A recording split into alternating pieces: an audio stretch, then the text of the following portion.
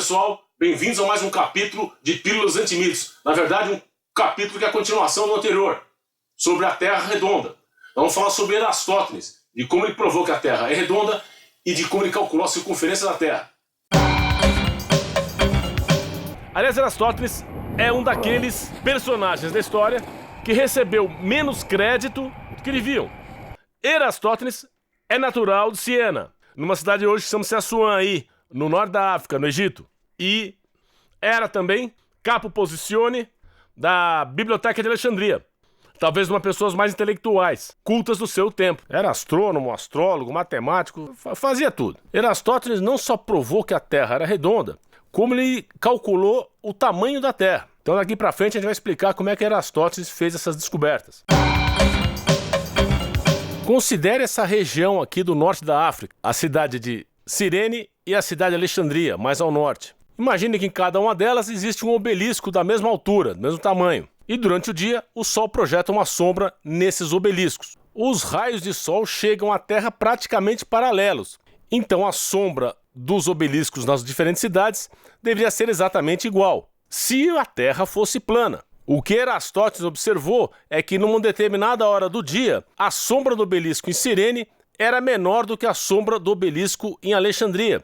E isso só pode acontecer quando a Terra é curva. Não bastando essa brilhante dedução, ele já vinha observando que no solstício de verão, ou seja, o dia mais longo do ano, dia 21 de junho no hemisfério norte, o Sol ficava exatamente a pino ao meio-dia na cidade de Cirene. O Sol projetava a sua sombra diretamente no fundo de um poço que existia lá em Cirene. Aí então ele imaginou esse raio de Sol que entrava pelo poço se projetando até o centro da Terra. E ele imaginou como estaria a sombra das coisas lá em Alexandria. Aí ele esperou um ano, no próximo solstício de verão, ele foi lá para Alexandria e observou a sombra de um obelisco exatamente à mesma hora, ao meio-dia do solstício de verão. Pegou lá seu transferidor e mediu o ângulo da sombra em relação ao obelisco e obteve o valor de 7,2 graus. Aí pegou o lápis e o papel lá e desenhou, projetou o ângulo do obelisco de Alexandria, se encontrando no centro da Terra com a sombra lá do poço de Cirene.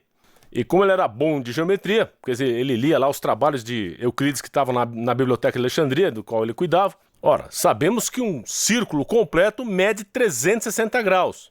Sendo assim, 7,2 graus é uma parte em 50, uns 50 avos. Em consequência, a distância entre Cirene e Alexandria é uma parte em 50, uns 50 avos da circunferência total da Terra.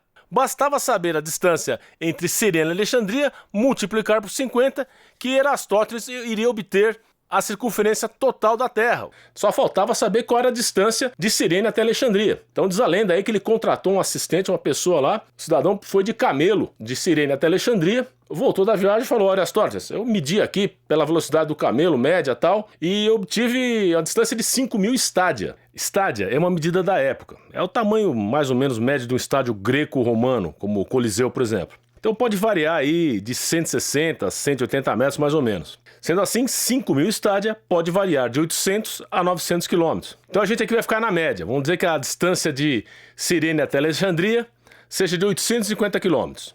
Ora, 850 quilômetros vezes 50 dá 42.500 quilômetros. E hoje a gente sabe que a distância da Terra medida no Equador é aproximadamente 40.080 quilômetros.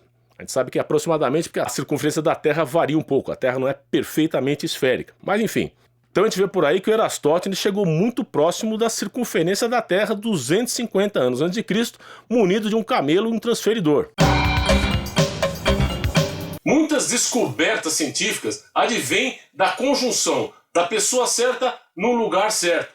Por exemplo, no caso de Eratóstenes. A Terra gira inclinada no seu eixo em torno do Sol, no ângulo de 23 graus e meio. Não é à toa que o Trópico de Câncer está localizado exatamente a 23 graus e meio. E é por isso que todas as localidades que estiverem situadas no Trópico de Câncer vão receber raios de Sol perpendiculares no solstício de verão, dia 21 de junho, dia mais longo do ano no hemisfério norte. E adivinhe onde está localizada a cidade de Cirene? Exatamente no Trópico de Câncer. Muita gente viveu na cidade de Cirene, porém foi necessário o gênio do Eratóstenes para se aproveitar desse fenômeno astronômico. Então, Cristóvão Colombo, muito obrigado aí pela sua informação, que a Terra é redonda, mas a gente já sabia disso há muito tempo. Tchau, pessoal!